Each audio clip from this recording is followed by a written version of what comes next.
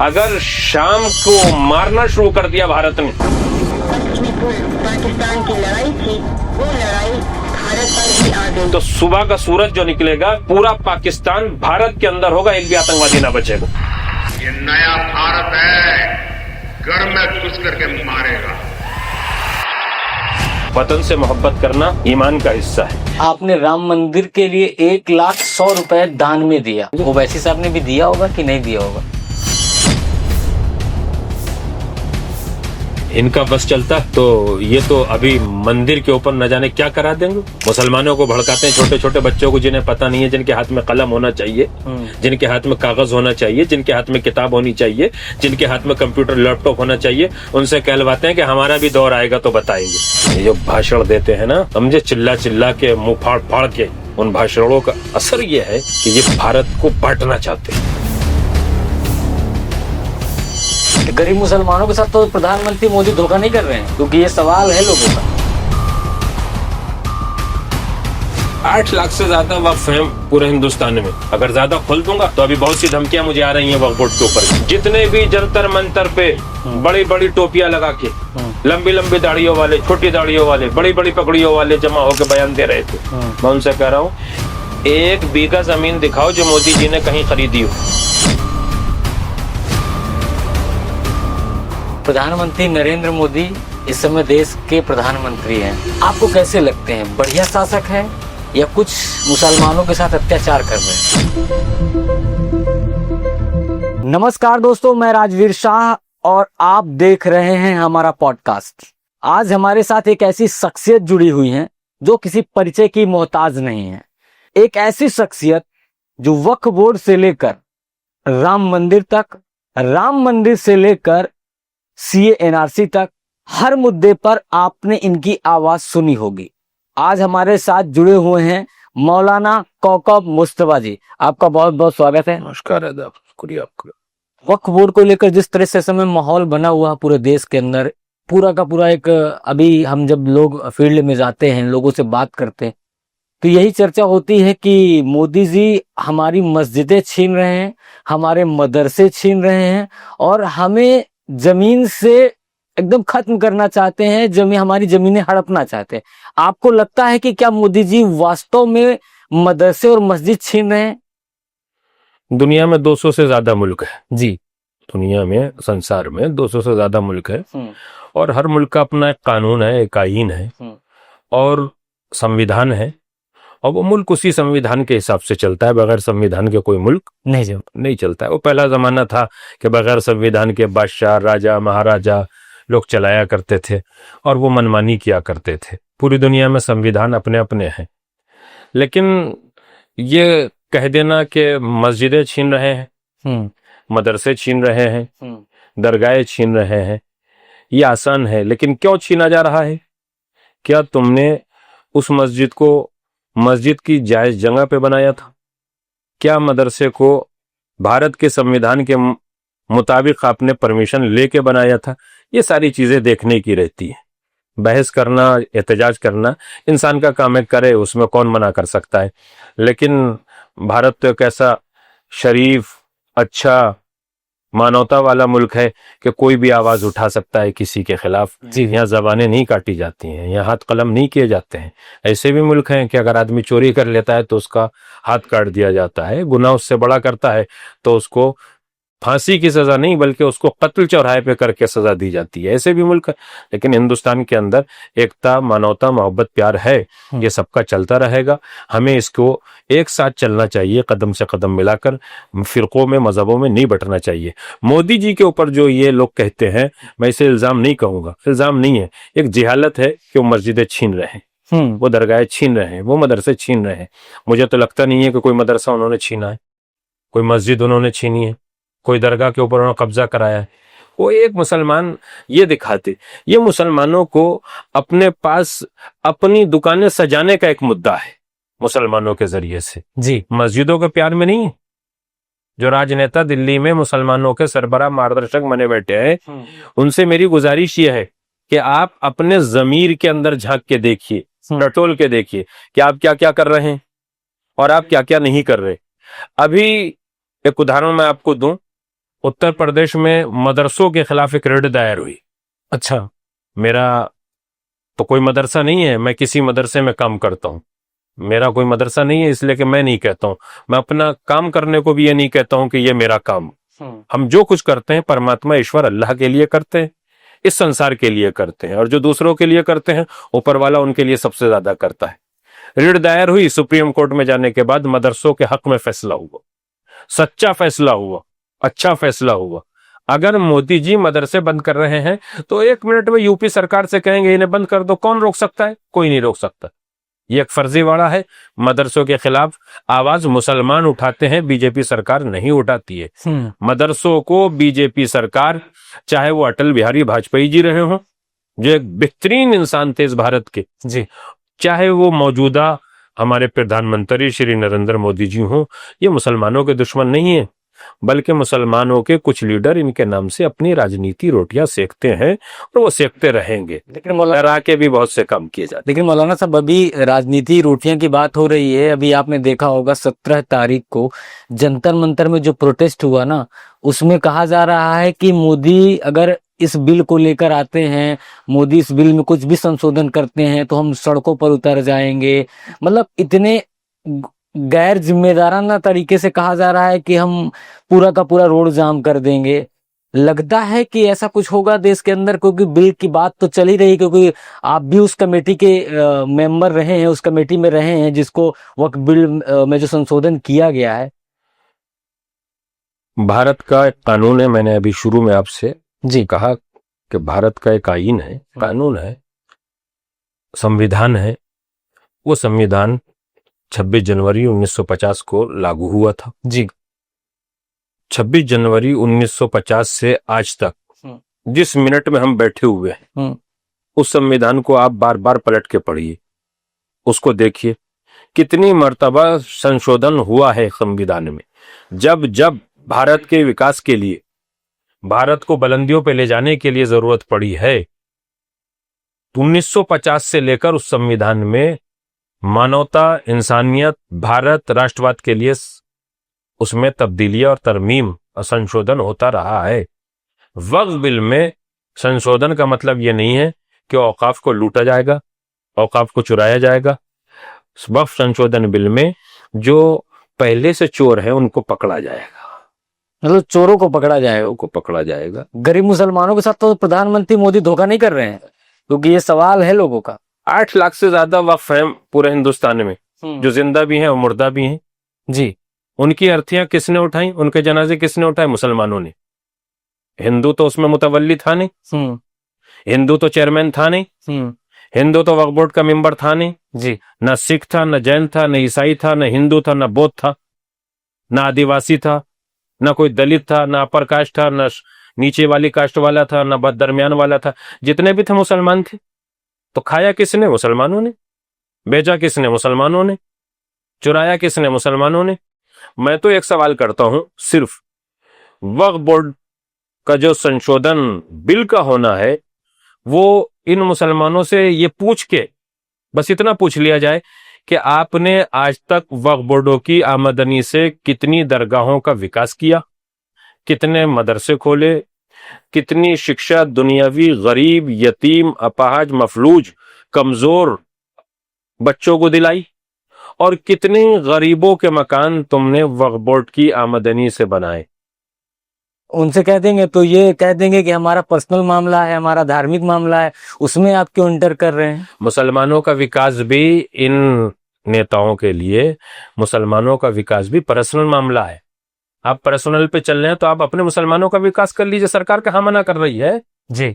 मोदी जी मकान देते हैं तो आपको मिर्चें लगती हैं, आप परेशान हो जाते हैं कि मोदी जी ने मकान दे दिए। बहुत बड़ी अरे छत दे रहे हैं वो। हमारा एक छत ईश्वर ने बनाई है जो नीली है, उसके नीचे सब रहते हैं। उसके ऊपर कोई कीचड़ उछालिए तो पता चलेगा, वो अपने ऊपर आ जाएगी। तो जो मोदी जी की दी हुई छत के ऊपर कीचड़ उछालते हैं ना, उनके ऊपर वो कीचड़ खुद आ जाती है। क्यों? इसलिए कि तुमने 8.5 लाख वक्फ, जिनकी आमदनी करोड़ों में नहीं, अरबों में नहीं, खरबों में जाके सालाना होनी चाहिए जी, आपने उनसे किसका विकास कराया? अपने परिवार का। मैंने लिख के दिया है भारत सरकार को, मीटिंगें हुई हैं और लोग भी लिख के दे रहे हैं, मुसलमान भी जा रहे हैं। और आपने शायद एक बयान सुना होगा, हमारे भारत के बेहतरीन मिनिस्टर हैं, बहुत ईमानदार भी हैं, बहुत अच्छे भी हैं, किरण रिजिजू जी, उन्होंने सदन में कहा है कि मेरे पास बहुत से मुसलमान आए मिलने के लिए। उन्होंने कहा वक्फ में गड़बड़िया, किसी एक ने नहीं कहा है, बहुत से मुसलमानों ने डेलीगेशन के साथ, और वो रात के अंधेरों में नहीं गए हैं उनके पास, पीछे वाले दरवाजे से नहीं गए हैं, बैक साइड से नहीं गए हैं, न उन्होंने खुद बुलाया है, उन्होंने खुद नहीं, बल्कि मुसलमानों के दिल में, जो सच्चे और अच्छे मुसलमान हैं, उनके दिल में ये पीड़ा है कि मुसलमानों का विकास हो। ये पैसा इन भूमाफियाओं, मुतवल्लियों, चेयरमैनों, मिंबरों, अधिकारियों से जो वक्फ है, इनके पेटों से निकाला जाए। आपने एक वर्ड यूज किया, भूमाफिया, सही है? बिल्कुल सही है, बिल्कुल सही है। इस वजह से कि आप अभी वक्फ को समझ नहीं पा रहे। मैंने जो वक्फ बिल संशोधन में पार्लियामेंट एनेक्सी में जेपीसी के सामने जी अपना पूरा मुसव्वेदा वो पढ़ा, जो मैंने उसमें अपनी राय, जो अपना मशवरा, जो अपना चर्चा करने के बाद मुसलमानों से पूरे हिंदुस्तान में जो अपने मिलने वाले थे, सबसे नहीं, जिनसे बात हो सकी उनसे, जो मैंने दिया है वो सरकार के सामने। मैंने उसमें मांग रखी है कि वक्फ बोर्ड कैसा बनना चाहिए, वक्फ बोर्ड में कौन होना चाहिए, वक्फ बोर्ड के माल की हिफाजत करनी चाहिए। उसमें सबसे पहला पॉइंट मेरा वक्फ के ऊपर है। वक्फ किसे कहते हैं? वक्फ संस्कृत का शब्द नहीं है, हिंदी का नहीं है, इंग्लिश का नहीं है, अरबी का शब्द है, अरबी से उर्दू में आया है। वक्फ बोर्ड, वक्फ बोर्ड, बोर्ड इंग्लिश का है, लेकिन वक्फ के माना क्या है? किसी चीज को ठहराना, किसी चीज को रोक देना। ये मैं नहीं कहा था पहले शब्द, ये पूरे भारत में जो चला है, वक्फ को ठहराने का मतलब क्या है? कि वो चीज ना कभी बिके, वो चीज ना कभी बटे। यही वक्फ का कानून कहता है, वक्फ एक्ट कहता है कि वक्फ की प्रॉपर्टी जो वक्फ बोर्ड में रजिस्टर्ड हो गई, ना वो कभी बिकेगी ना कभी बटेगी।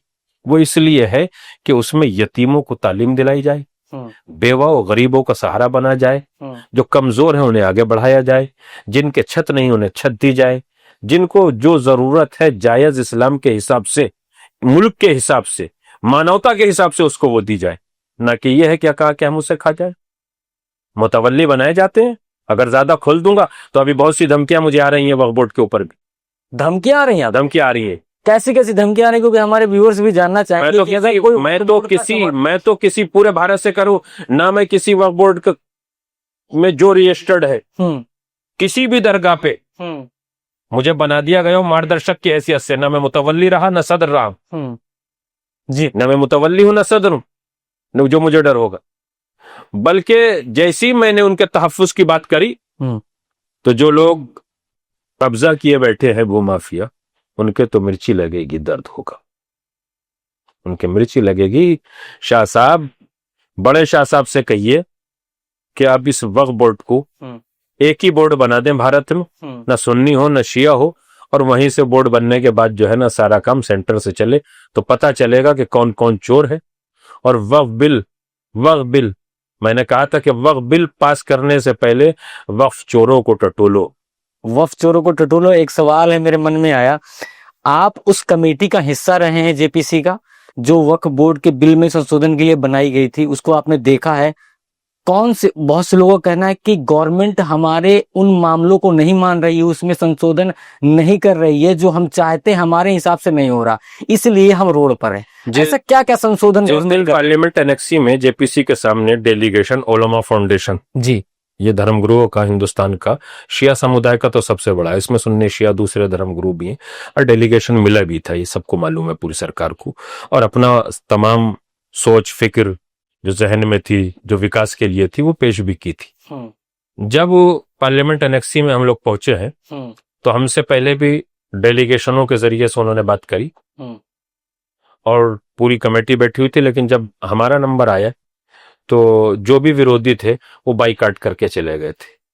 असदुद्दीन अवैसी साहब भी निकल गए थे, इमरान मसूद भी चले गए थे, मुहिबुल्लाह नदवी भी चले गए थे। और जब रात को हम 7 बजे वापस हुए तो हम देख रहे थे कोई उस दरवाजे में से टहल रहा है, कोई इस दरवाजे में से टहल रहा है, तो उन्होंने विरोध किया था उस कमेटी का भी, उसी थे पहली मर्तबा। आपको देख के शायद निकल गए होंगे। अरे बैठिए सामने, कोई बिल थोड़ी पास हो रहा था उस दिन, बात रखी जा रही थी, फिर उसके बाद आ गए। तो ये एक अजीब गेम है, तो मुसलमानों के साथ इनका धरनों से काम नहीं चलेगा। सर से सर, जहन से जहन, निगाह से निगाह, दिल से दिल मिला के बैठिए ताकि किसी का विकास हो, कोई परेशान हो, उसकी परेशानी दूर हो। ये सिर्फ इस वजह से हो रहा है कि जो आए थे उनमें बहुत से लोग वो है कि जिनके पास 5-5, 7-7, 8-8 हजार करोड़ रुपए की प्रॉपर्टियां मुतवल्लियों की शक्ल में रिश्वत लेकर बेचकर उनका टैक्स न जमा करके जी उन्होंने उसको हड़प लिया है, तो उनको अपने पकड़े जाने का डर है। मुसलमानों की कोई मोहब्बत नहीं है। एक सवाल वक्फ बोर्ड में, इसके बाद दूसरे मामले में बढ़ेंगे। वक्फ बोर्ड को लेकर, वक्फ बोर्ड अगर मैं आपसे जानना चाहूं, 2 वक्फ बोर्ड हैं देश के अंदर, 2 शिया सुन्नी के अलग अलग वक्फ बोर्ड हैं। दोनों ही सेम तरीके से काम करते हैं कि दोनों में फर्क है काम करने में? भारत में जितने भी सूबे हैं 36 सूबों में जहां जहां वक्फ बोर्ड है जी, कहीं पे मुस्लिम वक्फ बोर्ड है, हाँ कहीं पे सुन्नी और शिया अलग-अलग वक्फ जी, बोर्ड है। शायद 4 ही सूबों में शिया वक्फ बोर्ड और सुन्नी वक्फ बोर्ड अलग है। एक्ट दोनों का एक ही है, थोड़ा सा आस्था का फर्क है शिया सुन्नी में, ज्यादा बड़ा फर्क नहीं। दोनों काम करते हैं, करना चाहिए, लेकिन कौन काम करता है, कितना काम करता है, ये देखना चाहिए। जी, अपने लिए करता है कि गरीबों के लिए करता है? इसलिए करता है। मैं तो एक बात आपसे पूछना चाह रहा हूँ, कोई एक तारीख बता दो जब से वक्फ बोर्ड बना है कि कभी इन्होंने रमजान में अल्लाह के कलाम कुरान मजीद को छपवाने के बाद 500 मुसलमानों के घर तोहफे में दे दिया। मोदी जी अभी सौगातें मोदी करके कार्यक्रम शुरू किए हैं। करीब 32 लाख मुस्लिम परिवारों को सौगातें मोदी जी की तरफ से किट दी जा रही है। उसमें महिलाओं के लिए साड़ी है, खाने का सामान है, सेवइयां हैं।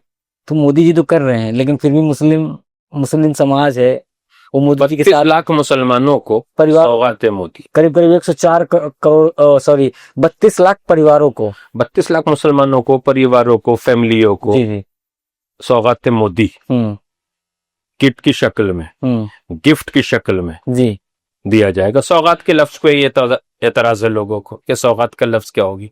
अरे उर्दू का लफ्ज है सौगात, आप भी उर्दू को कहते हैं कि योगी जी ने ये कह दिया, आप तो खुद सौगात के लफ्ज की मुखालिफत कर रहे हैं। तो किसी का कुछ पता वता नहीं है कि वो कब क्या कर जाए। अभी योगी जी को कह रहे थे कि वो उर्दू के बारे में ये करे, आप तो सौगात की गलत करेंगे। सौगात मोदी, सौगात क्या सौगात में गलती है? वो गिफ्ट दे रहे हैं जिसमें महिला के लिए सूट का कपड़ा है जी, जिसमें ईद की नमाज के लिए कुर्ता पैजामा है, अच्छा, बड़ी अच्छी, जिसमें खजूर है, वाह, जिसमें सिवैयां है, जिसमें ड्राई फ्रूट है, जिसमें आटा है, जिसमें दाल है, जिसमें चावल है, जिसमें चीनी है, जिसमें नमक है। अब नमक खा के मोदी जी का नमक हरामी करो तो तुमसे बुरा ज़मीर किसी का नहीं हो सकता है। वो दे रहे हैं, लेना चाहिए, सरकार का दें या अपना दें, लेना चाहिए। हमारा हक बनता है, जो हकदार है उसको पहुंचना चाहिए। और भारतीय जनता पार्टी के पदाधिकारियों से मेरी गुजारिश ये है कि बहुत ईमानदारी के साथ दरवाजे गरीबों के, जरूरतमंदों के, जिनके घर में बेचारे ईद नहीं मना सकते ऐसे भी लोग हैं, उनके दरवाजों पे पहुंचाएं ताकि उनके दिल में मोदी जी की मोहब्बत ईश्वर परमात्मा अल्लाह की तरफ से कायम हो जाए और वो समझे कि हमारा भारत का प्रधानमंत्री पूरी दुनिया में सबसे मजबूत प्रधानमंत्री है। एक मैं वक्त का मामला तो हो गया, पर्सनल थोड़ा आना चाहूंगा। वक्फ बोर्ड अभी वक्फ बोर्ड रह गया है जी, कि बताइए। वक्फ बोर्ड में भारत में एक सूबे में नहीं, पूरे भारत में सबसे ज्यादा जो वक्फ बोर्ड को बेचा जाता है तो उत्तर प्रदेश में बेचा जाता है। जमीनें वो की बेच दी जाती है, बेची जा रही हैं, अब भी बेची जा रही हैं, वो कोई नहीं है, सुनवाई नहीं है, बिल्कुल सुनवाई नहीं है। कौन बेचते हैं ये लोग? जो चेयरमैन बेचता है, एग्जीक्यूटिव ऑफिसर जो ईओ होता है ना, वो दोनों मिलके बेचते हैं, मेंबरों से मिलके बेचते हैं। मुतवल्ली बनाने के लिए रिश्वत लेके मुतवल्ली बनाते हैं। अरे आज मैं खुल के कह रहा हूं, समझे, जितने मुतवल्ली इस चेयरमैन ने बनाए हैं वो सारे समाजवादी के बनाए जो मोदी जी को गालियां दिया करते थे। आप दिखाइए ना उनका बैकग्राउंड क्या है। जो सनातनियों को गालियां दिया करते थे उन्हें बना रहे हैं। तो ऐसे मुतवल्ली बना रहे हैं जो मोदी जी की विचारधारा, भारत की विचारधारा पे काम नहीं करते, जो देशद्रोही हैं, जो कट्टरपंथी हैं।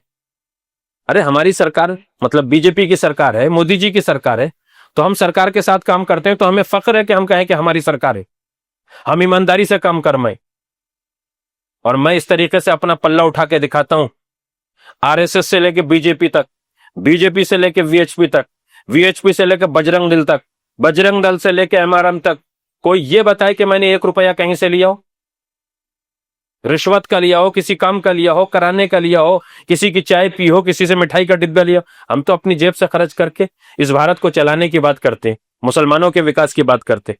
हमने कहीं पे जांच कराई जाए सबसे ज्यादा, हम तो सपा सरकार में भी हमारी जांचें होती थी, इसलिए हम विपक्ष में थे।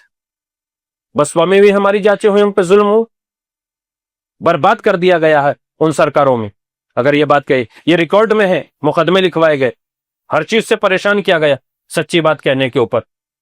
लेकिन हम किसी पे जुल्म वैसे भी नहीं करना चाहते, बस कहते हैं कि ये ईमानदारी से काम ना करे तो अब इसकी गर्दन को पकड़ के अमेठना चाहिए, ताकि ये उस माल से दूर हो जाए कि जो जनता का माल है, जो सरकार का माल है, जो सनातन धर्म का माल है, जो इस्लाम का माल है, जो सिख मजहब का, जो जैन मजहब का, जो बौद्ध धर्म का, किसी भी धर्म का माल है, वो अपने धर्म वाले उसको अपने हिसाब से विकास पे खर्च करें, विश्वास पे खर्च करें, ताकि भारत आगे बढ़े। दूसरी बात मैं आपसे जो कहना चाह रहा था, वक्फ बोर्ड में मैंने कहा है और सब कह रहे हैं, कितने वक्फ हैं? 8.5 लाख से ज्यादा। ये आपके पास भी आई होगी रजिस्टर्ड वक्फ। जी जी जी। यूपी में कितने? 1,21,000। 1,21,000 का टैक्स क्यों नहीं आता यूपी में? सुन्नी वक्फ बोर्ड से पूछा जाए कि तुमने कितने वक्फ से टैक्स वसूला। जो उनका टैक्स आता है 6 या 7% रहता है मुतवल्लियों से, कितनों से आया? शिया वक्फ बोर्ड से पूछा जाए। अरे कब्रें बेचने वाले, इमामबाड़े बेचने वाले, कब्रें बेची जाती हैं वक्फ बोर्ड में, कब्रें जाके पूछिए। इतना मुसव्वदा पड़ा हुआ है, समझे? जितना आतंकवादी भारत के खिलाफ बोलते हैं पाकिस्तान से, इतना ही इन भारत के लुटेरों का मुसव्वदा इनके खिलाफ लोगों का पड़ा हुआ है कि इन्होंने कब्रें बेची। वो कब्रें बेच के पैसा कहां जाता है? क्या इन्होंने दूसरी जमीन खरीदी? नहीं, सब ये लोग खा जाते हैं। तो वक्त आया है, मैंने पहले भी कहा था कि ईश्वर परमात्मा, अल्लाह, वाहिगुरु, गॉड, खुदा, श्री प्रधानमंत्री जी नरेंद्र मोदी जी, अमित शाह जी, राजनाथ सिंह जी, आरएसएस, वीएचपी भारतवासियों को ज्यादा से ज्यादा शक्ति दे, ताकि इन औकाफ की हिफाजत हो सके और ये लोग वक्फ से हटाए जाएं, इनकी इंक्वायरियां बैठे, इनकी जांचें बैठे, इनके खिलाफ सख्त सख्त कार्रवाई हो। आप देखिए, योगी जी ने अभी किसी अधिकारी के खिलाफ यूपी में एक्शन लिया है। जी जी, अभी यहाँ भी हालिया घटना है। उसमें आज ही मैंने देखा, पता नहीं खबर सही है या गलत, लेकिन मैंने देखा उसे गूगल के ऊपर कि शायद 16 आदमी उसमें है जिनके खिलाफ कार्रवाई होने जा रही है। वक्फ बोर्ड में 1600 है, 1600। अच्छा, मैं सवाल अब आपकी तरफ मोड़ूंगा। मैंने जब आपके विषय में रिसर्च की तो मुझे पता चला कि आप राम मंदिर से भी जुड़े रहे। आपने राम मंदिर के लिए 1,100,000 रुपए दान में दिया।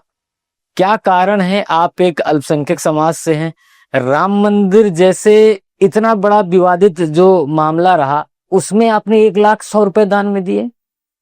इस सवाल का जवाब देने से पहले मैं एक सवाल आपसे करूंगा जी, भारतवासियों से करूंगा।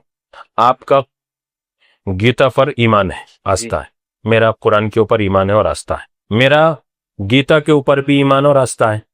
अब आपका कुरान के ऊपर ईमान और आस्था है या नहीं है, इसका मैं आपसे सवाल नहीं करना चाहता, लेकिन कुरान को आप भी मानते होंगे किसी हद तक, कुरान को आप भी मानते होंगे जी, मगर मैं सम्मान गीता के ऊपर सम्मान करते हैं, मानने सम्मान करना, मैं आपके अकीदे में आस्था में नहीं लेके जा रहा हूँ, मैं सम्मान वाली बात कर रहा हूँ। आप मानते हैं उसे कि हम सम्मान सभी धर्मों की मुखालिफत नहीं, सम्मान करना चाहिए, हमारा मुल्क समझिए।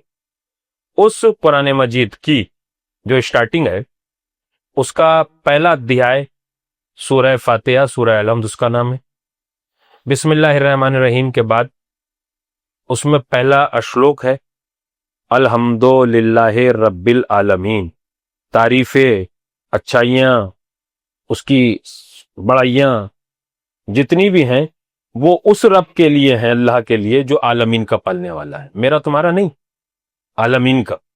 ये हमारी आस्था है। ये जो संसार है इसका, अब इस संसार में सब आते हैं, उसको हम वाहेगुरु, गॉड, परमात्मा, ईश्वर, अल्लाह, खुदा इन नामों से याद करते हैं। हमने तो बंटवारा किया है, लेकिन मानते सब उसी को। तो हमारी आस्था और अकीदा यह है कि जितना भी पूरी संसार में है, कोई ताकत है, कोई शक्ति है, उसकी वजह से यह सब कुछ चल रहा है, उनकी वजह से चल रहा है। मैंने गीता भी पढ़ी है, 700 श्लोक पढ़े, 18 के 18 अध्याय पढ़े। रात भी मैं गीता पढ़ रहा था उर्दू ट्रांसलेशन में। श्री कृष्ण जी ने श्री अर्जुन जी से कहा कि मैं आपसे ये बता रहा हूं कि अगर मैं नेक अमल करना छोड़ दूं तो ये जो आलम है, आलम उर्दू में तर्जुमा है संसार है, जी जी, ये संसार खत्म हो जाएंगे। मुझे नेक काम करने हैं उसकी मर्जी के मुताबिक, वो जो परमात्मा ईश्वर है। तो इस अच्छे और नेक कामों की वजह से पूरी दुनिया रुकी हुई है। अगर ये खत्म हो जाएगा तो सब खत्म हो जाएगा। जब हम इस मुल्क में रहते हैं तो आलमीन में रहते हैं, संसार में रहते हैं। हमारा मजहब अलहदा है, हम उस मजहब को फॉलो करते हैं, लेकिन हमारी इंसानियत तो यह है कि आप अपना खून अभी निकालिए, मैं भी निकालता हूं। न जाने कितने हिंदू और मुसलमान होंगे जिनका ग्रुप एक होगा। खून तो सबका एक ही है, उसमें ग्रुप देखा जाता है ABC, हाँ जो भी वो भी जो ग्रुप है 2 3 4 5 जितने भी ग्रुप हैं, हाँ ये वो सब वो सारे ग्रुप, इनका ना तो मेरा, मेरा ना तो इनका, और आपका ना तो मेरा, मेरा ना तो। क्या स्वामी का ग्रुप अलहदा है? क्या मौलाना का ग्रुप अलहदा है? क्या संत का ग्रुप अलहदा है? क्या किसी गुरु का ग्रुप अलहदा है? क्या किसी मंदिर वाले का, गिरजाघर वाले का, मस्जिद वाले का? नहीं, सब उसने पैदा किया, उसने इंसान बनाया। हमारा इंसानियत का रिश्ता एक अलहदा है, हमारा धर्म का रिश्ता अलहदा है। इंसानियत के हिसाब से मैं वहीं आ रहा हूं, इंसानियत के हिसाब से हमें इस मुल्क में जबर नहीं, दबाव नहीं, हमने अपनी मर्जी से श्री भगवान राम को मानते हुए एहतराम करते हुए 1,100,000 रुपए 100,100 अपनी चेक बुक से, अपनी चेक बुक से, वो चेक है मेरे पास, 80G की परमिशन थी कि मेरा टैक्स नहीं कटा उस पे से, समझ गए? टैक्स फ्री था। मैं कोई किसी ऐसी वैसी जबान से नहीं बोल रहा हूं, वो मैंने जमा किया, वो दिया मैंने खुशी से, मुझसे से किसी ने जबर नहीं किया था, मुझे डराया धमकाया नहीं था, दिया मैंने, मुझे खुशी हुई। जब हमारा मुहर्रम होता है, न जाने कितने हिंदू आते हैं। मैं एक सवाल आया मेरे मन में, ओवैसी साहब ने भी दिया होगा कि नहीं दिया होगा? अरे इनका बस चलता तो ये तो अभी मंदिर के ऊपर न जाने क्या करा देंगे। मुसलमानों को भड़काते हैं, छोटे छोटे बच्चों को जिन्हें पता नहीं है, जिनके हाथ में कलम होना चाहिए, जिनके हाथ में कागज होना चाहिए, जिनके हाथ में किताब होनी चाहिए, जिनके हाथ में कंप्यूटर लैपटॉप होना चाहिए, उनसे कहलवाते हैं कि हमारा भी दौर आएगा तो बताएंगे। ये जो भाषण देते हैं ना, समझे, चिल्ला चिल्ला के, मुंह फाड़ फाड़ के, उन भाषणों का असर यह है कि ये भारत को बांटना चाहते हैं, भारत को बांटना चाहते हैं। और शाह साहब ये याद रख लीजिए आप, राजवीर शाह जी, कि भारत बटेगा नहीं, बट चुका। अब तो अखंड भारत बनने का दौर आया है, अब कहां बट रहा है। आप तो एकदम RSS वाली बात नहीं, मैं RSS की बात नहीं कर रहा हूं, मैंने हिस्ट्री पढ़ी है भाई। पाकिस्तान किसका हिस्सा है? भारत का। श्रीलंका किसका हिस्सा है? भारत का। नेपाल किसका हिस्सा है? भारत का। अफगानिस्तान किसका हिस्सा है? भारत का। तिब्बत किसका हिस्सा है? भारत का। ईरान किसका हिस्सा है? ईरान भी भारत का हिस्सा, अखंड भारत, अखंड भारत का हिस्सा जी। 18 मुल्कों का एक ये समूह है, ये 1 2 नहीं है, जी जी, समझे, ये सारे अखंड भारत है, अखंड भारत। मैंने एक बात कही थी हरिद्वार के उस मंच से जहां स्वामी अवधेशानंद महाराज गिरी जी, बाबा रामदेव जी, बड़े बड़े शंकराचार्य, मेरे अजीमुशान धर्मगुरु, जिनसे मेरे बाप के ताल्लुकात रहे, भारत माता मंदिर वाले स्वामी सत्यमित्रानंद जी, शंकराचार्य भी रहे, उन्होंने प्रोग्राम कराया था भारत के उन वीर जवानों के लिए जिनको पाकिस्तान के आतंकवादी गोली का निशाना बनाते हैं। उनके लिए मैंने एक बात कही थी उनके मन से कि तुम आतंकवादी ये समझते हो कि भारत के वीर जवान अगर तुम्हें लुक़्मा अजल नहीं बनाते हैं, यानी गोली का निशाना नहीं बनाते, तो तुम बचे हुए हो। अगर शाम को मारना शुरू कर दिया भारत ने, शाम को, तो सुबह का सूरज जो निकलेगा तो पूरा पाकिस्तान भारत के अंदर होगा, एक भी आतंकवादी ना बचेगा। और ईरान की और हमारी सरहद एक होगी, ईरान की और हमारी सरहद एक होगी। जब हम ईरान शान से जाएंगे, प्यार के साथ ईरान जाएंगे, तो हमें पाकिस्तान को पार न करना पड़ने का है। तो आग लग गई थी इन लोगों के कि ये क्या कह दिया है। अरे भाई हमारा है, हमारा था, औलाद है, कुछ दिन के लिए बाप का इनकार कर रही है, माँ का इनकार कर रही है, समझ में आएगा तो बाप और माँ के पीछे पीछे हो जाएगा। समझ में आ रहा है जी। हम उस भारत को चाहते हैं जो अखंड भारत बने।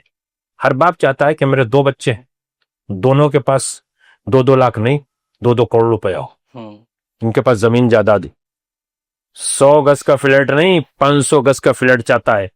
चाहता है नहीं चाहता? चाहता है, चाहता। और अगर उसका फ्लैट कोई छीन ले और उसके बच्चे जवान हो जाएं तो वो वापस लेंगे या नहीं लेंगे? ले लेंगे, चाहे कानून से ले, चाहे तलवार, चाहे बंदूक, चाहे दादागिरी, कैसे भी ले, इसलिए उनका माल है। अब दादागिरी नहीं है, अब हक की बात आ गई है।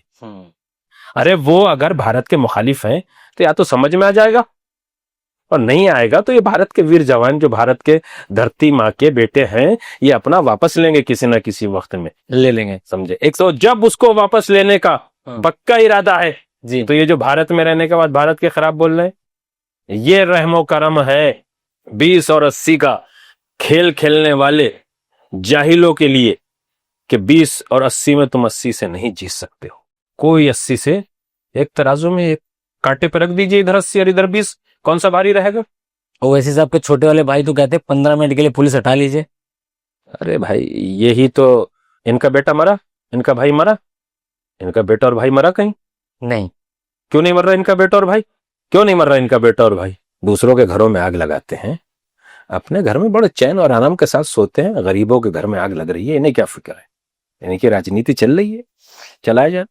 आपको जब मैं देख रहा था तो आप हमेशा से तिरंगा यात्रा हो या अगर बात करें अपने मदरसे में बच्चों के साथ राष्ट्रगान हो, हर तरह की वो राष्ट्रवादी एक्टिविटीज करते हैं जिससे लोगों के अंदर, अपने स्टूडेंट के अंदर, मुस्लिम समाज के अंदर एक जागरूकता आ सके कि सब देश से कैसे प्यार करना है। कुछ समाज में ऐसे लोग हैं जो भारत माता की जय कहने से बचते हैं, कुछ समाज में ऐसे लोग हैं जो तिरंगा अगर लगा दिया जाए तो नफरत करने लगते हैं, रंग लग जाए तो कहते हैं कि मैं नापाक हो गया। ये मानसिकता कहाँ से आती मौलाना साहब? मदरसों में तिरंगा बहुत पहले से लहराया जाता है, राष्ट्रगान भी होता है, बहुत कुछ नहीं। जो सरकारी मदरसे हैं, मदरसे 2 है किस्म के हैं। एक वो है कि जो मदरसा बोर्ड से मान्यता लिए हुए हैं, एक वो है कि जो मदरसा बोर्ड से नहीं, अवैध है, जो आईन और कानून के खिलाफ है, शिक्षा से दूर है। शिक्षा होती है उसमें, मैं उन्हें गलत नहीं कह रहा हूं, लेकिन वो कानून के हिसाब से नहीं। और जो मदरसा बोर्ड से उत्तर प्रदेश में मान्यता प्राप्त है उसमें भी 2 किस्म के। एक वो है कि जिन्हें सरकार सैलरी के साथ चलवाती है, टीचरों पूरी सैलरी देती है बेसिक के तरीके से जी। एक वो है कि जिनको कोई सैलरी नहीं दी जाती, सिर्फ उनके पास परमिशन है कि आप चला सकते, चलाते हैं, वो परमिशन से चल रहे। अब वो परमिशन आपने ले ली, धरती पे आपका कोई मदरसा नहीं है तो परमिशन आपकी कहीं से होगी। आप मदरसा बना लिया, आप ग्रांट ले रहे हैं 10 टीचरों की, 5 की, आपके यहाँ बच्चे नहीं है। जब अधिकारी जाता है चेक करता है और बच्चे नहीं होते हैं, स्टूडेंट नहीं होते हैं, तो आपका मदरसा बंद होगा या चलेगा? बंद हो जाएगा। मैं उदाहरण किसी का नहीं देता, मैं किसी मदरसे को गलत नहीं कर रहा हूं, मैं ये कह रहा हूं कि सरकार जागे जागे जागे, और जागने के बाद सरकार जामिया अलिया जाफरिया के ग्रुप के अंडर में जो बहुत से कॉलेज, स्कूल, मदरसे, मैगजीन निकलते हैं, उसके मदरसे अली जाफरिया में जाके देखे कि मदरसा असल में क्या है। मदरसा असल में जो ग्रांट लेके मदरसे चलते हैं वहां से पता चलेगा कि मदरसे में क्या तालीम दी जाती है। वैसे ही मदरसों को ना बुरा कहा जाए और ना मदरसों को सबको अच्छा कहा जाए। जो गलत है उनको बंद किया जाए, जो सही है उनको सही करा के और अच्छा करा के वहीं से वो तालीम दी जाए जो आज मदरसों में तालीम बहुत दिन से, संस्कृत नहीं, इसके अलावा हिंदी, हिसाब, साइंस, मैथ, उर्दू, ये सारी तालीम दी जाती है। 8वीं क्लास तक तो बेसिक है, 8वीं क्लास तक जो है ना, कोई अरबी फारसी नहीं पढ़ाई जाती है मदरसों में। दिन की बात 8वीं तक नहीं पढ़ाई जाती। 8वीं के बाद वो हुआ करता था, वो भी अब इंटर के बाद तो फाजिल कामिल सब खत्म कर दिया अभी सुप्रीम कोर्ट ने। अब इंटर तक भी जो है ना यही सब्जेक्ट है, बहुत से सब्जेक्ट है उनमें हिंदी, हिसाब, साइंस, इंग्लिश, ये वाजिब हैं, जरूरी हैं। एग्जाम इसी पे होता है। इसके साथ 2 सब्जेक्ट और भी रहते, उर्दू भाषा रहती है, अपना धार्मिक भी मौजूद रहता है, लेकिन उसमें आतंकवादी की तालीम नहीं जो उसमें नहीं दी जाती है इन मदरसों में। हाँ। दी जाती है, दी जाती है। दी जाती है, इनमें नहीं। कहाँ पे दी जाती है? बहुत से मदरसे, बहुत से मदरसे। भाई आतंकवादी तो है कि इन्हें मार दोगे तो इनका माल हमारे पास आ जाएगा, और आतंकवाद किसे कहती? लेकिन एक शिक्षण संस्थान में इस तरह से तालीम देना सही मानते हैं कि जो वो शिक्षा के संस्थान ही नहीं है, शिक्षा के मंदिर नहीं है, वो अवैध चल रहे हैं, उसी को तो सरकार बंद करना चाहती है। मैं आपसे तभी कह रहा हूं, तमाम मीडिया को एक टाइम रख के मदरसा आलिया जाफरिया नौगावा सादात जिला अमरोहा उत्तर प्रदेश में आए। मन की बात का प्रोग्राम सरकार ने नहीं कराया, जब 100 पूरे हो रहे थे हमने कराए जी। उसमें आप प्रोग्राम में देखे कितने बच्चे। तिरंगा यात्रा हमने निकाली, स्टार्टिंग नजर आती है तो आखिर का बच्चा नजर नहीं आता, रोड के ऊपर, मदरसे में नहीं, जो मेन रोड है, जो मेन रोड है उस पे हजारों की तादाद में बच्चे और बच्चे, तिरंगा यात्रा, हजारों की तादाद। मैंने देखा है, बहुत आपके वीडियोस देखे हैं आपके। मैं वो नहीं कह रहा कि आम आदमी जमा कर लिए, जो होगा वो बोलेगा, जो नहीं होगा वो नहीं बोलेगा। फर्जी बुलाओगे तो कब तक बोलेगा? चलेगा तो ओरिजिनल चलेगा, फर्जी नहीं चलेगा। हमने वहीं मदरसे में राष्ट्रगान कराते हैं जी। हम भारत माता की जय कहते हैं, हम हिंदुस्तान जिंदाबाद कहते हैं। ये धरती जितनी तुम्हारी है उतनी हमारी है, जितनी हमारी है उतनी तुम्हारी है, मगर जब सबकी है कि जब इससे प्यार करें जी। और प्यार करना हम गीता से नहीं लेते, चलो वेदों से नहीं लेते, लेकिन अपने नबी से तो लेंगे। इसलिए कि हमारे नबी ने कहा है कि हुब्बुल वतन और जुज़ुल ईमान, वतन की मोहब्बत ईमान का जुज। जहां तुम हो, जहां पैदा हुए हो, जहां तुम्हारा जन्म हुआ है, वो धरती तुम्हारी है, उससे प्यार का, उससे मोहब्बत का। ये हमारी किताबों में पढ़ाया जाता है। ये बहुत बड़ा सब्जेक्ट है, एक फलसफा सब्जेक्ट है। मदरसों में एक फलसफा, इल्म फलसफा पूरा शोबा है, उसकी स्टार्टिंग ही यहां से होती है। कुरान में स्टार्टिंग यहीं से होती है। रब्बुल आलमीन क्या है? वतन की मोहब्बत। नबी की हदीस यही है कि वतन से मोहब्बत करो। इल्म फलसफा में यही है कि पहले अपने आप को सुधारो, फिर अपने घर को सुधारो, फिर मोहल्ले वालों को सुधारो। दूसरे शहरों में जाके लड़ाई झगड़ा करना तो उन कौमों का काम है कि जो रात के अंधेरे में दूसरों को मारने जाते हैं। पहले अपने आप को सुधारो, अपने मोहल्ले को सुधारो।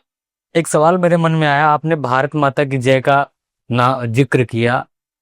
कोई भी अगर मुस्लिम समुदाय का व्यक्ति है, अगर वो भारत माता की जय बोल देता है तो उसके खिलाफ फतवा जारी हो जाता है। आपके खिलाफ कोई फतवा जारी हुआ? बहुत फतवे जारी हो गए।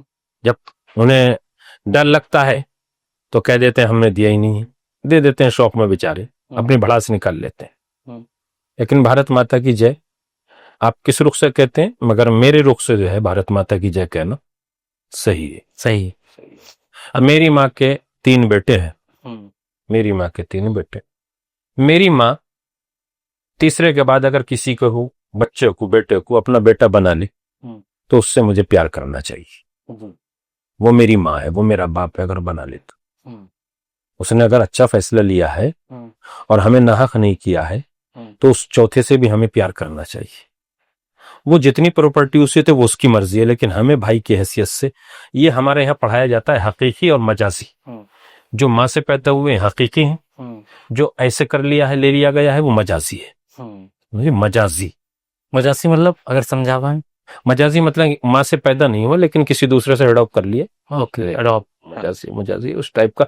ये बहुत सी उसकी वो है, बहुत से तरीके हैं, बहुत सी मिसालें। मैंने एक छोटी सी मिसाल दी है, वो मजाजी है। मैं अपने इमाम मौला दामादे पैगंबर हजरत अली चौथे खलीफा का एक नाम आपको कोट करता हूँ, एक नाम कोट करता हूँ जो नबी ने लिया है। नबी ने अली का एक नाम है, नबी की जबान से हजरत अली का एक नाम है अबू तुराब। अबू तुराब ये अरबी का शब्द है। ओके। अबू अरबी में बाप को कहते हैं। हाँ, जैसे हमारे पापा, डैडी, अब्बू, बेटा, अबू, ऐसे अबू, अबू अरब। अबू के अलावा दूसरे भी लफ्ज, लेकिन अबू यानी बाप। तुराब मिट्टी को कहते हैं, धरती को कहते हैं अरबी। तुराब, तुराब, तुराब, तुराब। ओके। अबू तुराब यानी मिट्टी का बाप। सही है। अबू तुराब मिट्टी का बाप। मैंने नहीं कहा है, ये मतलब उसका डेफिनेशन है, उसकी सब ये तर्जुमा हुआ, उसका ट्रांसलेशन हुआ। हाँ मगर कहा किसने?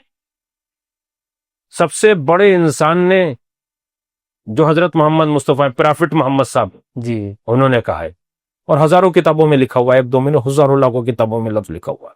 हर जगह अबू तुराब हजरत अली, अबू तुराब हजरत अली। कौन है? मिट्टी के बाप।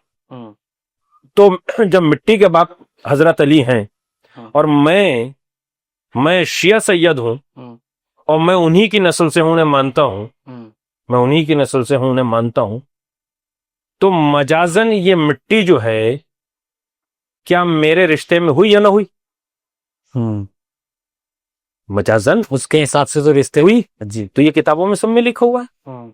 जब किताबों में लिखा हुआ है, तो क्या मैं मजाजी माँ को अपने जिंदाबाद नहीं कह सकता? भारत माता की। गुड। एक सवाल तो ये भाई सब किताबों में लिखा हुआ है, सब कुछ है। एक फेर चल रहा है।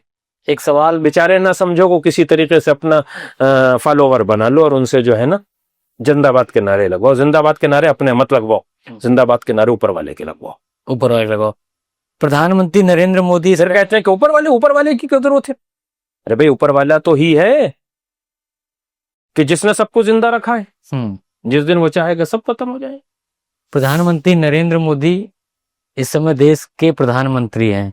आपको कैसे लगते हैं? बढ़िया शासक हैं या कुछ मुसलमानों के साथ अत्याचार कर रहे हैं, जिस तरह से मुस्लिम समाज कह रहा है? प्रधानमंत्री श्री नरेंद्र मोदी की मैं बहुत तारीफ कर चुका हूं। क्या वजह है? बहुत तारीफ कर चुका हूं मैंने ये देखा है कि जो बहुत से धर्मगुरु शिया समुदाय के और सुन्नी समुदाय के भी थे, जो पहले प्रधानमंत्री जी को धरनों पे बैठ के गालियां दिया करते थे, वो फिर ये भी लिबास पहन के, टोपी वोपी लगा के उनके दरवाजे पे जाके कहते हैं टाइम दे दो जरा मिलना है, और काम पर किए जाते। उनसे पूछा जाता है, जब गालियां दे देते, इन्होंने मुसलमानों को कटवा दिया, तो अब क्यों जा रहे हो? क्यों जा रहे हो? उन्होंने माफी मांग ली। इनकी बात कर रहा हूं मैं जी। समझे, जिन्होंने धरनों में बैठ के सोशल मीडिया पे पड़ा हुआ है। हाँ। एक तरफ तुम कहते हो कि प्रधानमंत्री बुरे हैं, दूसरी तरफ जो है ना अपने परिवार के लिए, परिवारवाद बहुत चलता है ना यूपी में भी, और हम यूपी में बैठे हैं जी। तो वो अपने परिवार को फर्जी विकास और सरकार की संपत्तियों को हड़पने के लिए सरकार के दरवाजे पे कभी इस गेट से पहुंच जाते हैं इसके, कभी इसके यहाँ पहुंच जाते हैं, कभी कांग्रेस में पहुंच जाएंगे, कोई के सभा में पहुंच जाएंगे, कभी बसपा में पहुंच जाएंगे। तुमने देखा नहीं है ये सब लोग बहन मायावती जी के यहाँ, मैं तो बहन ही कहूंगा इसलिए कि मैं इज्जत करता हूँ, बहन मायावती के यहाँ अपने जूते चप्पल उतार के पहुंच जाते थे। ये धर्मगुरु समझे, ये चले जाते थे। पहले बहन मायावती को गलत कहते थे कि दलित है, ये है, वो लफ्ज कहा करते थे जिसपे हिंदुस्तान में सजा आयद हो जाती है, वो सारे जुमले ये कहा करते थे। और जैसे ही इन्हें मौका मिला और इनकी बात तक हुई, तो फौरन बहन जी ने कहा कि मायावती जी ने कि गेट के बाहर सबके चप्पल उतरेंगे, मैं चप्पल जूते पहन के जाऊंगी। तो बस वहां से जो ये कहीं नहीं उतारते हैं अल्लाह के घर में भी चाहते हैं कि हम जूते पहन के चले जाएं, बस वहां सरकार के सामने, बहन जी के सामने जूते पहन के जो है ना, और जूते उतार के बस चले जा रहे हैं, समझे। और उस मुख्यमंत्री के रोब दबदबे में, डर में, कैर में कि पकड़ वालेगी, ये कर लेगी, और वहां खड़े हुए हाथ बांधे हुए। यार ये कोई दीन नहीं है, दीन अलहदा है, सियासत अलहदा। आप अगर में बाज़मीर हो, आप बाज़मीर हो और उसे मानते हो, तो फिर क्या जरूरत पड़ी मांगने के लिए? मेहनत करोगे वो तुम्हें देगा, पेट भर जाएगा। लेकिन आस्था को मत बेचो, धर्म को मत बेचो, अकीदे को मत बेचो। परिवार के लिए या गैर के लिए ये सोचो कि सबके बच्चों का पेट भरे, मेरे बच्चों का। मेरा सवाल का जवाब नहीं मिला। प्रधानमंत्री वही जवाब मैं दे रहा हूं, सबके बच्चों का पेट भरे तो मेरे बच्चों का भी पेट भरे। प्रधानमंत्री के तो बच्चे ही नहीं है, वो तो सबके बच्चों का पेट भर रहे हैं, सबको छतें दे रहे हैं। 32 लाख परिवारों को अब ईद के ऊपर वो सौगातें मोदी दे रहे हैं। अभी मैं एक बात आपसे पूरी करके खत्म कर रहा हूं। आपने सुना होगा कि 12 लाख रुपए तक, 12 लाख रुपए तक आमदनी से इनकम टैक्स जो कटता था पहले कम था, 12 लाख तक छूट दे दी है। अरे ये तो ये कह रहे हैं कि 50 लाख दे दो, और अगर मोदी जी 1 लाख दे देते तो ये कहते कि भाई हम तो नौकू कह रहे थे तो उन्होंने कहा नहीं नहीं नहीं, लो मैंने तुम्हें क्या कहा, 12 लाख तक दे दिया। किसी ने शुक्रिया अदा किया? नहीं, फिर भी बजट खराब था। बजट खराब था, बजट खराब था। बस बात मैं खत्म कर रहा हूँ। आखिरी बात कहने के बाद, मेरे मोहम्मद मुस्तफ़ा सल्लल्लाहु अलैहि वसल्लम ने कहा है कि सफाई सुथराई ईमान का हिस्सा है। वतन से मोहब्बत करना ईमान का हिस्सा है। इंसान से प्यार अखलाक से बोलना ईमान का हिस्सा है। एक श्लोक और सुना रहा हूं। हद यह है कि एक श्लोक लिखा हुआ है हमारी किताबों में, मोतबर किताबों में, कि अगर मेहमान काफिर भी है, काफिर हिंदू नहीं जो ला मजहब है, और अगर वो भी आ जाए भूखा है तो उसे आप खाना खिलाओ। हिंदू की बात नहीं कर रहा हूं मैं, सिख की। लेकिन काफिर वो काफिर नहीं, ये गलत कहते हैं। काफिर वो है कि जो उसको मानता ही नहीं, न ईश्वर की, न परमात्मा की, न अल्लाह की, न गॉड की, न वाहिगुरु, मतलब आप नास्तिक की बात कर रहे हैं। नास्तिक की बात कर रहा हूं मैं। हाँ, तो बहुत से लोग अगर वो को क्यों कहते हैं? अगर वो वैसा काफिर भी आ जाए तो उसको खाना खिलाओ। अगर वो मेहमान है तो उसकी मदद करो। अकरमुज़्ज़ैफ वलाउ काना काफिरा। अगर मेहमान काफिर भी आ जाए तो उसकी जियाफत यानी उसके लिए दस्तरखान बिछाओ, उसे खिलाओ पिलाओ, अखलाक से पेश आओ। ये सारी मैंने 3-4 बातें सुना दी। हमारे नबी ने कहा स्वच्छ भारत, कोई बात नहीं। मोदी जी ने कह दिया गलत। हमारे नबी ने कहा वतन से मोहब्बत, मोदी जी ने कह दिया गलत। तो बात ये नहीं है। जो बात हमारे नबी ने कही और हमारे भारत के प्रधानमंत्री ने कही, तो वो भारत का प्रधानमंत्री अगर हमारे नबी वाली बात को जो 1400 साल पहले कही थी उसे कह रहा है तो वो भी इन्हें बर्दाश्त नहीं है। अरे मैं यही तो कहता हूं, कम से कम ये तो सोच लो कि ये बात हमारे नबी ने कही है 1400 साल पहले। क्या गंदगी में रहेंगे? ये गंदगी में रहेंगे तो जहां जहां ये रहते हैं, जिस मोहल्ले में रहते हैं, पहले वहां पे बम मार दें अगर इन्हें वतन से प्यार नहीं है। और मोहल्ले में न मारे, अपने घर में मारे सबसे पहले ही। यही आतंकवादी की अलामत है कि मेरा घर चैन से रहे, दूसरे के घरों में बम मार दिए जाए। तो भाई हम न किसी इंसान को मारना चाहते हैं, इंसान से पिटना चाहते हैं। हर इंसान, हर जानवर, हर चीज जो अल्लाह ने, जो परमात्मा ने पैदा की है, उसके साथ मोहब्बत से, प्यार से पेश आओ। हमारे प्रधानमंत्री 1947 से लेकर आज तक के सबसे अच्छे, सबसे शक्तिशाली, सबसे बेहतर, सबसे बढ़िया प्रधानमंत्री आप देख नहीं रहे। हरियाणा के मुख्यमंत्री मनोहर लाल खट्टर जी ने जो कुछ भी संपत्ति थी वो सब सरकार के नाम कर दी, दान कर दी, दे दी ना, सरकार को दे दी जी।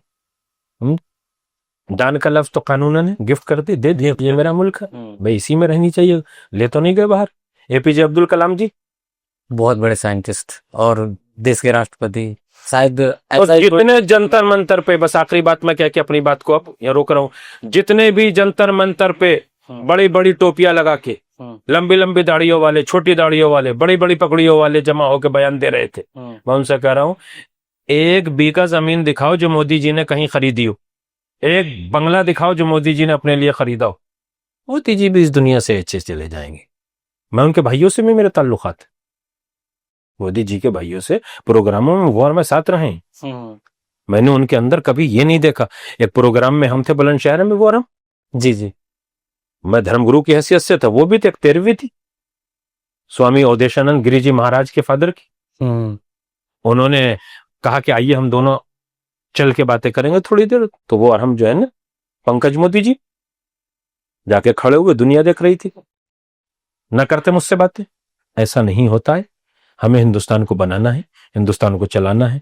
उसमें हम का मतलब यह है कि पूरे हिंदुस्तान के वासियों को, और जो भारत से प्यार करता है हम उससे प्यार करते हैं, जो भारत से नफरत करता है हम उसके लिए नफरत भी, सब कुछ, चाहे कत्ल कर दे, चाहे धमकियां दे दे, चाहे मुकदमे लिखवा दे, चाहे मार दे, चाहे कत्ल कर दे, चाहे बम दाग दे, चाहे जो कर दे पूरे भारत में, हमें उससे कोई परवाह नहीं है। हम उसके लिए काम करते हैं जिसने हमें पैदा किया है। मौत एक दिन आएगी। हमें प्रधानमंत्री नहीं, प्रधानमंत्री 2014 में बने, हम उससे पहले भी, हमें सम की विचारधारा अच्छी लगी, उन अच्छे मुद्दों पे उनके साथ काम करते हैं। हम मुसलमान हैं, इस्लाम वाले, अहले सुन्नत के फिरके बहुत से, हम न उन्हें बुरा कहते हैं न इन्हें बुरा कहते हैं। हमारा काम बुरा कहना नहीं है, न हम किसी को बुरा कहेंगे। हम तो सिर्फ ये चाहते हैं कि मोदी जी, जब तक परमात्मा ने आपको ताकत दी है तब तक आप प्रधानमंत्री रहें, और उसके बाद जब आप चाहें तो उसके बाद आप राष्ट्रपति बने।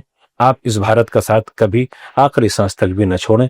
जिस तरीके से अटल बिहारी वाजपेयी जी, मुरली मनोहर जोशी जी, लाल कृष्ण आडवाणी जी, ऐसे हजारों लीडर हैं जो संघ में भी हैं, वीएचपी में भी हैं, बीजेपी में भी हैं, भारत में भी हैं, पार्टियों के अलावा भी हैं, गैर सियासी भी हैं, अधिकारी भी हैं, मौलवी भी हैं, धर्मगुरु भी हैं।